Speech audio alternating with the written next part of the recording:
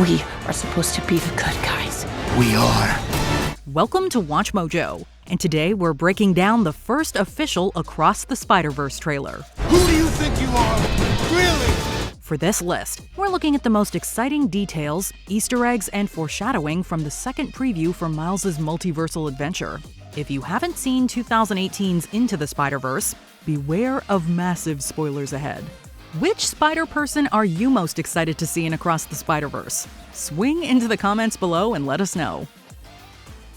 Spider people swing in from TV, comic, video game, and maybe movie universes. Wherever you go from here, you have to promise to take care of that little boy for me. Make sure he never forgets where he came from. There are so many variants of everyone's favorite arachnid-themed hero in the first official trailer that we could spend days just listing them all. However, there were a select few that deserved a little extra attention. Since most wall crawlers choose not to wear capes, it was easy to spot the one that did. The webhead who nearly grabs a fleeing Miles is the Peter Parker who starred in the short-lived Spider-Man Unlimited animated series. Uh-oh, something tells me that was the frying pan, and this is the fire. There's also at least one variant of a comic-accurate Scarlet Spider. And if you pause at just the right time, you'll spot the Spider-Man from Insomniac's video games talking to his version of Miles Morales. Bioelectricity. Wow. Gotta be honest, little jealous. Hey, look, I got nothing on the OG. The fact that all the webheads we mentioned appeared in everything from deep-cut shows to popular games opened the door for an exciting rumor to become reality. When the first Into the Spider-Verse came out, rumors swirled that live-action stars would make cameos. Unfortunately, we didn't get to see Holland, Maguire, or Garfield in the animated smash hit.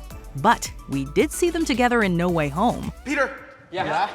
Oh, sorry. Did you mean that? Since Multiverse of Madness proved the live-action Strange can go into an animated universe, it's very possible the Spider Trio could do the same. It'd be amazing and mind-blowing to see the Sony and Disney universes collide once again. But even if the live-action Spider Trio doesn't appear, we still may be surprised by cameos from variants of the webheads we didn't see in the first preview. You think you're the only people who thought to come here? Hey, fellas. Calling pop culture superfans everywhere. Do you love to argue with WatchMojo's top 10 ranks? Introducing WatchMojo's first and very own party game. Bring your superpowers to the table and fight for your pick to be at the top of the list. It's all the fun of the comment section, but in real life. Shoutouts to iconic moments in Spider-Man history. The first Spider-Verse movie was packed with clever callbacks to past Peter Parker stories. I saved a bunch of people, fell in love, saved the city, and then I saved the city again. We loved seeing the writers poke fun at moments like the exciting train scene and embarrassing dance. Fortunately, a few visual beats in the latest trailer confirmed that the creators were not done referencing webhead history. When a taxi flies out of control in the preview, Miles saves civilians from getting hit at the last moment with some fancy web work. The scene feels like an almost shot-for-shot remake of the time Peter stopped a car in Spider-Man 2. Go, Spidey, go! Outside of this movie comparison, a Spider-Woman gave us one of the deepest cuts we've ever seen in this franchise. During her impressive debut, she appears to defeat a terrifying version of the Vulture with her motorcycle. Spider-Woman's encounter with the villain perfectly mirrors the first time Peter faced off against the antagonist in the comics in 1963. Time to go home, Pete! I'm trying to save you!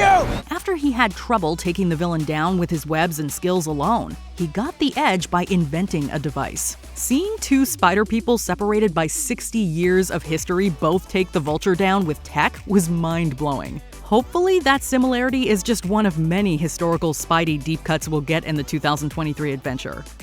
Who Peter B. and Miles are wearing is incredibly important.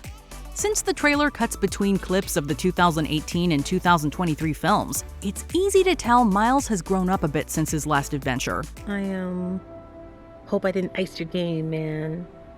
No one my age says those words in that order. During that time, both he and Peter B. have made some notable wardrobe changes. Miles found time to make a new suit with his iconic logo intact. When he wasn't wearing the sleek new costume, we spotted him wearing a Brooklyn basketball jersey with the number 42. In our universe, the first athlete that comes to mind when we think of that number is Jackie Robinson. He was famously known as a historic black baseball player, who broke barriers by playing in a previously segregated sport. Having his iconic 42 appear on a basketball jersey was a clever way to remind us that Miles lives in an alternate world. Additionally, since the late Chadwick Boseman played Robinson, the number could pay homage to both an iconic black athlete and a beloved actor. Down the stretch on the last long road trip of the year, Jackie Robinson and the Brooklyn Dodgers are doing exactly that. Outside of Miles's meaningful wardrobe choice, we also noticed that Peter B has added a baby harness to his outfit. Viewers can also spot him carrying a child in a blink and you'll miss it moment. Early reports confirm that the kid is Mayday Parker. In several realities, she becomes a powerful and famous heroine who follows in the footsteps of her dad. Ugh, why do I bother? I stop every villainess in the city and J. Joanna keeps ripping me. It never stops. May's appearance is both a great callback to Spider-Man comics and a fantastic payoff to a throwaway line in the 2018 movie. I love you. I am so proud of you. Do I want kids? The mystery behind Miguel O'Hara's motivations.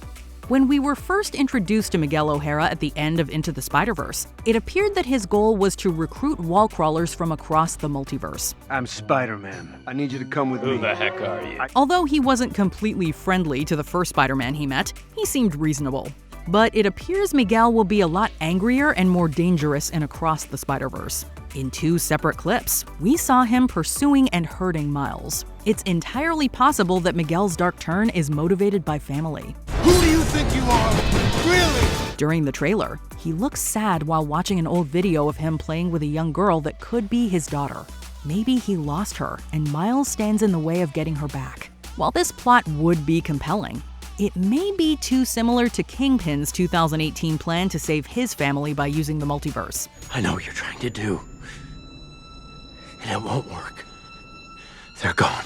But a comic storyline may give us a much more ominous and game-changing reason why Miguel went bad. A ton of spider people may have been brainwashed. And what I worry about most I love you, Miles. is they won't look out for you like us. During the end of the Spider-Verse comic storyline, a twisted goddess named Shathra aims to gain a tremendous amount of power by manipulating heroes from across the multiverse. Her abilities allow her to force spider people to fight against the ones who haven't fallen under her control. Just a few of the heroes she brainwashed include Spider-Ham, Spider-Man Noir, and Spider-Woman. In the trailer, the latter heroine stands by Miguel right before he attacks Miles. Is this a subtle way of saying that Spider-Woman and the futuristic Spider-Man have been forced to work for Shathra? The presence of the evil goddess would also explain why tons of spider people are desperate to capture Miles in the trailer. If Shathra is indeed the true big bad of the movie, we are seriously concerned about Gwen Stacy. Gwen, how did you get... How have you been? It's a long story. In the comics, the heroine is corrupted by the goddess. Since Gwen and Miles are so close in the Spider-Verse films, seeing them fight would be tragic. But they might not have a choice if Shathra turns the heroine into her sinister servant. We are supposed to be the good guys. We are. Did you enjoy this video? Check out these other clips from WatchMojo, and be sure to subscribe and ring the bell to be notified about our latest videos.